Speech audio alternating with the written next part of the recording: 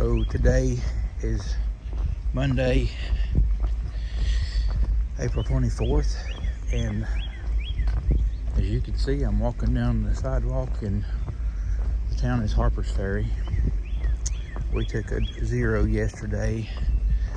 It was sort of an unplanned zero, but it was a zero that we had, I think I told you, we were just trying to get things lined up to where we could, our next zero would be at this place called Ironmaster's Mansion up in Pennsylvania this coming Saturday, and it's we'll be just past the true halfway point of the Appalachian Trail, and there's a couple of places, a museum and a country store there, that they're only open on the weekends right now, and we wanted to hit it on the weekend, so that's why we sort of metered or measured our pace this week and took an extra zero. So we are making our way up the street to the Appalachian Trail Conservancy. Not that we need to go in, we were there yesterday, but we are going to cut across back over to the trail from there and continue on north. Our destination for today is, I think, about 15 or 16 miles up the trail to Rocky Run Shelter. So I will include pictures as the case may be. This is a really fascinating church right here. I don't know if you can see the patch in the wall and the brick there. This church was standing during the Civil War, and it got struck by a cannonball, and that was where the cannonball struck the church. And there's a thing here that tells about it. I'll just read it. It says, the Reverend Josiah Smeltzer laid the cornerstone of St. John's Lutheran Church on April 30th, 1850. The building was completed 2 years later and dedicated on August 1st, 1852. A little more than 7 years had passed when at dawn on October 17th, 1859, local physician John Starry ordered the church bell to be rung to alert Harper's Ferry that John Brown's raid was underway. Many terrified residents fled the town proper, gathered at the church. Smeltzer, the church's pastor, wrote in his diary, "I never witnessed such a fright in any community as when the news fled that the abolitionists of the North had taken the armory and were killing our people." Less than 2 years after shots were fired in Harper's Ferry, the Civil War began. Services here were soon suspended as federal forces took over the church to use it as a hospital. The war took its toll on the church. During the Battle of Harper's Ferry in September 15th, 1862, a Confederate cannonball fired from Maryland's Heights struck and shattered part of the wall. The signs of the repair are still visible. After the war, the church was slowly rendered fit for services, which resumed in 1869. In 1908, dissension divided the congregation and the church was closed. It reopened July 1928 and remains in operation today. The church's interior remains intact with the original pews in place. The church bell rang on October 17th, 1859 is accessed from the balcony. I'm going to move in, and that church in the center is this church, and you can tell that there's no other buildings anywhere around, so a street has sprang up where this church sits or sat.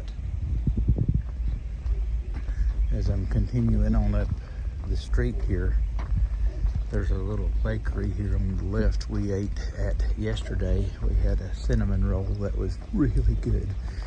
I hate that it's not open today, but they're closed on Monday and Tuesday, and they wouldn't open anyway until 8 o'clock, so not good for us, but we've got basically full bellies anyway, because we ate oatmeal and stuff before we left the hostel. The hostel owner's name is Chris Lovell, and his trail name is Hippie. Don't know the name of the hostel because it's new, but he was a super nice guy, and very nice place to stay.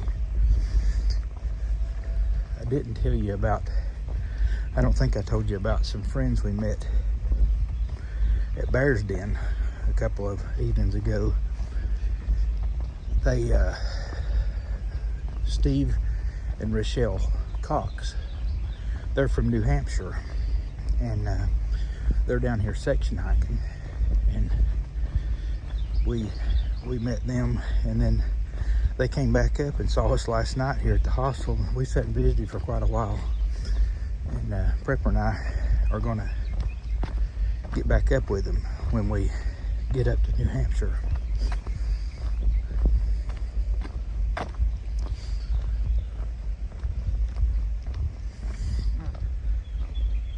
So here we are back at the Conservancy office. It isn't open yet, but we're gonna walk up this street here and rejoin the trail. One other thing I hadn't told you is when we got to this hostel a couple of days ago, our old friend Wandering Monk, or Monk, was here, and so we got to hang out with him again for a little bit. He's not really planning on totally through hiking the Appalachian Trail. He's just sort of out here hiking, just sort of on his own whim. So I really don't know how many more times we'll see him. We might see him at Iron Master's mansion. He had mentioned maybe going there, but other than that, he may be getting off the trail. So I'm gonna stop videoing for a few minutes now. Once we got back to the trail, we're skirting around the outskirts of town, but we'll be going back into town in just a little bit. So we're not far out of town at all. We're just right on the edge. And since we've been back on the trail, we've probably seen 8 deer. There's just deer all over the place through here. We're not here at this moment, but I've seen a lot of deer.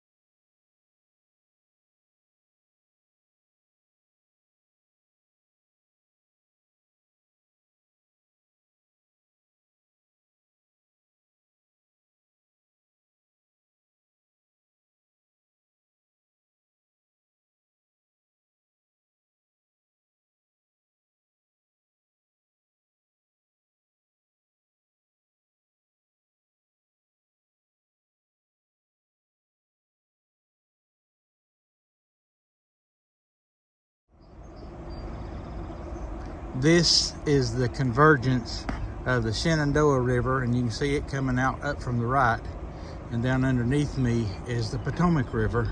I'm going to spin the camera around and look upstream, and that's looking upstream at the Potomac River.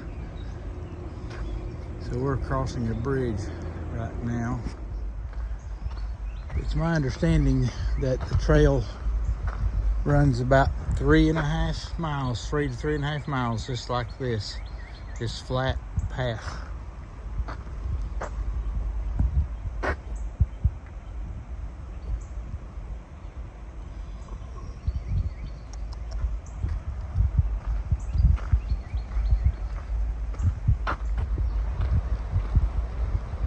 When we crossed that bridge back there, we crossed into Maryland. So I am in Maryland now. Saturday,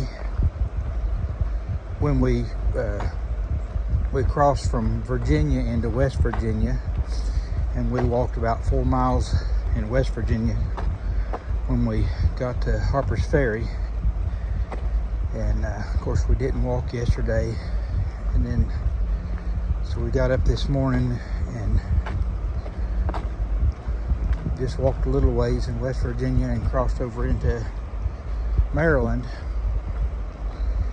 We're going to be in Maryland for today and tomorrow, and then we'll be walking out of Maryland Wednesday. When we walk out of Maryland, we'll be in Pennsylvania. So We were in Virginia for over 500 miles for a month. It just took forever, seemed like, to get out of Virginia.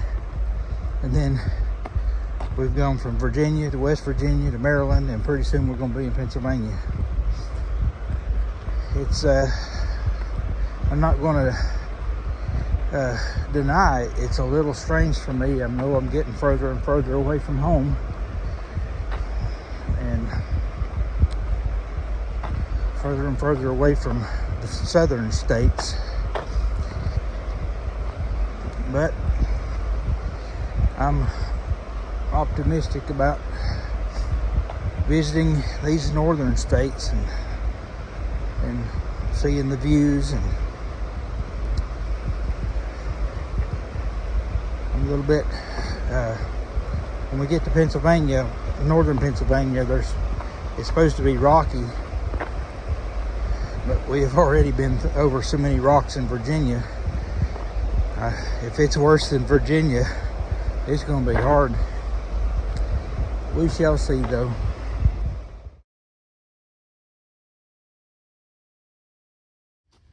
I guess these are wild azaleas in bloom. There's several through here. I passed a patch earlier that were in bloom. We'll go a little bit further. I see some up ahead. That looks like a really nice patch, unless that's something else.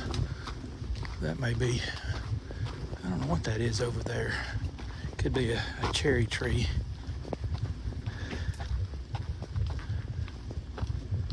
No, I think that's azalea.